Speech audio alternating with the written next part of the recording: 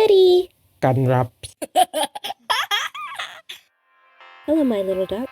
Are you ready for a sweet adventure? So, who's a fan of the Powerpuff Girls? Clearly, I have never left the fandom since I still write and draw about them all the time, but sometimes you put down your hyperfixations to do other things. This is one of those times where I pick it back up because I've been seeing new artists in the community with incredible stories, which reminded me of all the stories from the past artists I used to follow that either never got finished or didn't get fully developed. I was one of them. Before I begin, I know there has been a lot of gatekeepers on the internet for aging up characters and doing something sussy with them. I hate that's a thing now, and people need to figure out what is fiction and real life. There is a video I will link explaining this better, but I'm going to go on a little rant here. If you don't want to listen, you can skip to this time. You skipped? Well, for the people who stayed, thank you, and I promise it won't be too bad. So, I don't like that people are bullying creators for using characters in different ways from how they used to be used, especially if they are fictional characters that existed before they were born. A lot of us have grown up with these characters. Even though they don't age with us, a lot of people feel like they do. Like, take the Powerpuff Girls, for example. I was 2 when they came out, when they were like 5 or 6. I see these characters as my age or older. But since new people come into the fandom that are younger, they attack creators that have been doing their thing before they were even born. Yes, there are some bad eggs in every fandom, but if you're pointing fingers at people who are at least trying to keep the 18+ content away from people, you are invading their space. The internet was not made for kids in my experience. That's why back in the day, kids didn't spend all their time on it. I keep seeing young people say, "I'm addicted to the internet," but no one at home is helping them, or they're not helping themselves. I'm here to say, use the internet less and do something else. I'm not trying to be rude, but we need this cyberbullying to stop, especially with how some people are using words like pecko and groom as if they are common name calls. Use it for real people and not fictional characters, because this is getting ridiculous. Again, E has a whole video that you can watch to understand this better. But in summary, I grew up with the Powerpuff Girls, so I see them as older because this series is 25 years old. Okay, now that we got that out of the way, who's ready to see some designs for my, hopefully, fan comment called Powerpuff Girls Error? So on DeviantArt, I actually did some designs for the older versions, though some of it is outdated. I plan to have their features changed as they aged up, like adding necks and better hand stubs. I believed I also tried just adding eyelashes and lips like their old teen form. So I took what I wanted from those designs and mixed it with some of my new ideas, and we got this. At certain ages, their faces and body shapes will change, which is because they're going through adolescence. Again, these were just examples, so I needed to make some character sheets because I wanted to use them for other things like TikToks, illustrations, etc. I mapped it all out and selected a few characters I wanted to have for the funsies. Of course, I'm going to show you them, starting with... And, like Ben Franklin always said, early to bed, early to wake makes a lady smart, pretty, and great. Since I know where Blossom's character starts out, I decided to figure out where she'll end up to help me get a feel for how I was going to design her. When I wrote a fanfic about the Powerpuff Girls in the rough, where I needed to do body descriptions for them, I would always give her a smaller frame than the girls and wider hips. This led me to give her a peach-shaped body and thicker legs. As you can see, I started using the bean and bowl method to lay out a character. I love to thank Karina from Trophy for that. Afterwards, I needed to work on the bust area, and before you act all, "Oh no, can you show that?" It's very necessary to map this part out. Say it, how do you say this word? Oh my god, why can't I say this word? I gotta look it up. And anatomy. Oh my god, I did not know how to say anatomy. Okay, I don't know why I forgot how to say anatomy. That's anatomy. Okay. Anatomy helps us figure out where everything on the body is and how the clothes will fall. If I didn't draw the bust area, I wouldn't know if everything was looking correct. Oh, and here's where you see me with a character board. I remember kind of doing this when I was younger, but this beats it by a landslide. You can see my old designs for Blossom's looks, what I gathered from Pinterest, and color pattern ideas. I highly recommend doing this for any character you're doing in the future if you don't do so already. Once finishing viewing the board for a closer look, I mapped out the outfit I wanted to show for the height sheet. So the pink leader is the smart and egocentric of the girls, so I knew she was going to be a well-mannered, responsible adult in the job of science, more specifically chemist. I wanted to reflect that by giving her more business attire with a bit of a coziness to it. In my mind, Blossom becomes more closed off and work-focused, that she's not friendly towards people her age. She has only 2 close friends, which I won't be designing in this video, but they will be designed eventually. The dress pants were a much needed look for her, and I had looked through my old designs to give her a sweater vest. I added the pattern to make it feel more like a sweater. After that, I added a collared shirt, then I finally noticed my mistake. I forgot that their hands were fully developed at this age according to my plans, so I quickly fixed that to get back to the design. I noticed my girl didn't have any pockets, so I corrected that oversight immediately. Once done, I looked to see how I used to style her hair. Blossom is one of the puffs that didn't cut her hair, or at least kept it long, but I felt like the bow was a bit childish for adult Blossom. She now ties her hair with a smaller bow that is at the end of it. After that, I put her bangs in place and gave her a swirl sideline, because sometimes seeing the side of the girls' heads can be off-putting. This softens it for me. Then I do the adult face style and figure out a content look for her as she smiles at the camera.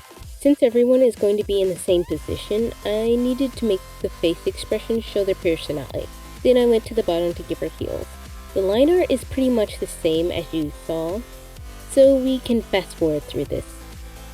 Again, I use a texture brush called the Good Pen, something that I found thanks to Drawfee. That whole crew is a bunch of good artists, and often I find a lot of good tips because of them. And since I grew up in the 90-20 era of cartoons, I like my lines thick and sometimes sharp. Besides that, I put them on vector layers to copy a line or move the lines to where I want them. Seriously, the best thing to do if you have a program that can do them. We're going to move on to coloring, which I stated before was mapped out for me. I used to only do the Powerpuffs and Ruffs in their signature color and black and white, which looks a bit overwhelming now. Though I am not confident in my color theory, I did look up color palettes that would look nice with whatever member I was using. Usually, if I have a character that I use frequently, I make them a color sheet so I don't have to look for everything. Plus, they are the flat colors, and later I can mix them with different lighting. Once the colors that I normally would use were done, I picked whatever color for the areas I didn't have. Brown pants seemed to be the best choice, then a teal for the dress shirt because white felt too plain. Gotta know, who thinks teal is more green than blue, or vice versa? I need to see some debate in the comments, please. After filling out any loose ends like white, black, eyelids, etc., I turn the picture grayscale to see if I have a good balance of contrast. If you ever feel like your image isn't looking right, it might be the contrast. I think the only bad spot was the shirt on the skin, but it felt balanced enough that I didn't change it. After that, we had shading, which I decided to use the dark colors from the color sheet. After that, we had shading, which I decided to use colors from the color sheet. I added some backlight and then some shine to move some areas to make the image pop. Once everything was completed, I added her to the height chart. Yeah, well you can't stop a good thing, babe! On to Brick. He honestly had less of a change from my old version of him. I think I always had a clear idea of how I want the ruffs to be, and in this fandom, a lot of people have pretty much the same idea. His frame was a triangle, more specifically an inverted triangle. Just want to note that these are ways body types are described, so if you want to do different body shapes, just try looking up body type men or women. Also, I'm definitely using this as practice to learn masculine figures because I really want to get good at drawing them, like my favorite artists Rina and Minji. These two know how to make men's busts look so delicious and fleshy. Muscles are also something I want to get good at, so you can see me sculpting them on bricks, even though I know I'm gonna cover them up. It's at least a treat for you to see. I needed to scale his head up, and I also gave him smaller feet. With Brick's character board, you can see I liked him in casual hoodies and comfort wear, which is a callback to his team form, but it's also because he's the most laid-back guy in the Rally Rough. Though I will always call the Powerpuff Girls and the Rally Rough Boys counterparts, I would like to say they're more equivalent, like Mickey Mouse and Minnie are Alvin and Brittany. Back in the day, that's how character design worked for characters who ended up dating or shipped together. So Brick has some similar traits like Blossom, but still opposite ones. I also see the Powerpuff Girls as more of the evil counterparts than the Rowdy Rough Boys any day. So with Brick growing into a more laid-back but still egocentric leader, he would be more into something fun as a career. He would be a dance teacher who has no cares in the world. Hence the dancer pants and smaller feet to keep him light on his toes. Stubs. I noticed that guys like to layer up, so I gave him a hoodie from my old design and covered it with a jacket that I hope looks more like a parka. I felt so sad seeing the muscles being covered up, but now if someone tries to belittle dancers, he'll take it off and put the fear of God in them.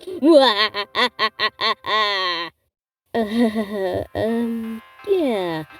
I'm a big fan of Brick keeping his childhood cap and his hair long. He would just tie it up in a man bun when he's dancing. He's still cheeky, so his facial expression reflects that.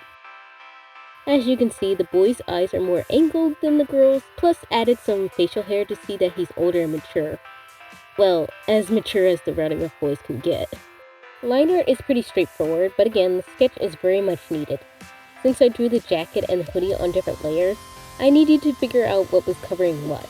It sometimes can be a confusing mess, but it's worth it so I don't have to erase every second. I will say that is one thing digital has over pen and pencil, but I still enjoy doing the traditional way. Moving on to the colors, I used his red mainly for his hoodie and cap, while using the standard colors everywhere else. For the color palette, I stuck with gray to be the opposite of Blossom's pants. I couldn't decide if I was going to go for a darker teal or blue for his main jacket. I even thought about using both to represent the Rowdy Rough Boy colors, but felt like blue was the better choice. Went with dark red shoes since there is a rare chance you have shoes that match perfectly with your outfit. And I did my color balance check to see that this time I needed to change the gray because it looked too similar to his red. Darkening it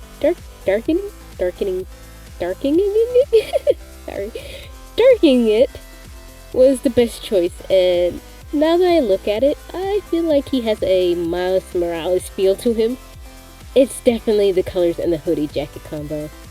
Once done with the shading and putting the saying on his hoodie, I grabbed him to put him in the height chart next to Blossom. Yeah, what? Last but not least, I wanted to design Robin. So since the character only had one focused episode on her and appeared briefly, she's whatever fans want her to be. Fun fact, this was the first time I ever drew Robin, and it was great. I decided she was going to have a pear body, like Blossom, and gave her a bit of muscle. I think most of the fandom makes her the soft girly girl, which is nice, but I rewatched Super Friends and like that Buttercup realized that Robin also enjoyed active sports. I also like that the Powerpuff Girls pointed out the weights and it could be a women bodybuilder. I totally ran with that, as Robin's mom is a weightlifter, which means Robin could like weights, and led me to give her a stronger form. I believe I was looking at horror references. I wanted Robin to be more so Buttercup's friend, but she definitely likes hanging out with the others sometimes. With Robin, I felt like she was a scaredy girl working at a skate joint, which meant baggy pants and cute tees. I believe she was also in the Powerpuff Girls 2016, and they gave her a pear on her shirt. She had an apple in the original, so I figured she's a girl who likes fruit on her shirt. I added lime to give it a sour, tough feel, yet she's still somewhat sweet. I decided I would not cover up all those muscles like I did with Rick, and had her in more of a crop top sweater. Makes her look cool. The shoes were just normal tennis shoes, and I gave her space buns. I couldn't decide if I wanted to keep her long hair or not, so space buns at least looked short, and it kept her hair out of the way for riding her board. Doing the line art for Robin was my favorite out of the three, because I got to do the muscles and it was something I didn't usually see for her. Designing older characters can be quite fun since you never know what direction it could go. They can either change because of a life-changing event, or it can just be something fun to see how a character design can go. Since Robin didn't have a color restriction, I could have done anything, but I felt like the fall theme worked nicely with her. I used the side image to get her skin and hair color, then just picked shades I wanted for her look. I'm a big fan of green military pants, so gave her them, just only used 2 colors because it's easier to keep track of. I kept the red from her pants and put it on her tank top. I then made her sweater crop a lighter brown and noticed that it was really close to the belt. I used a lighter green on some parts that also worked for the lime on her shirt. Decided to just keep the tennis shoes white, which made it perfectly balanced in every way. The shading was simple and the backlight was nice, especially on her hair. She's probably my favorite out of the batch, with Frick being next, then Blossom.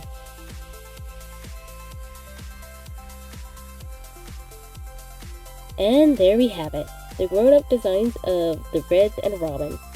To me, they all turned out exactly how I imagined them. Which one is your favorite though? I honestly want to know.